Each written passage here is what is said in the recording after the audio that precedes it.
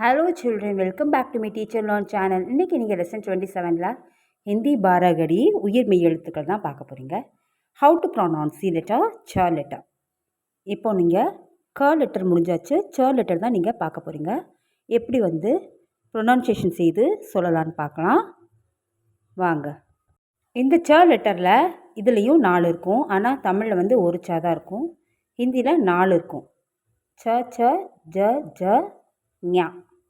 இப்போது இதில் நீங்கள் ஃபஸ்ட் லெட்டர் தான் பார்க்க போகிறீங்க, எப்படி ப்ரொனவுன்சியேஷன் செய்து சொல்லலான்னு வாங்க சொல்லலாம். ஆ, இது ச.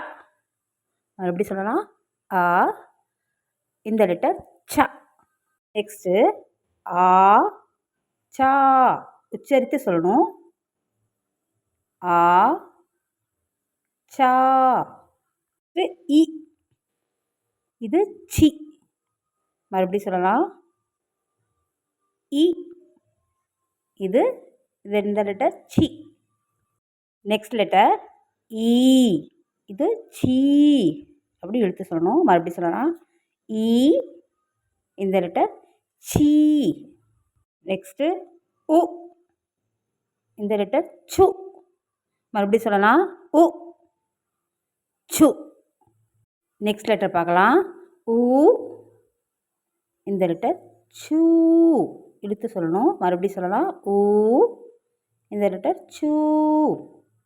நெக்ஸ்ட் ஒன் ஏ, இந்த லெட்டர் சே. மறுபடியும் சொல்லலாம். ஏ, இந்த லெட்டர் சே.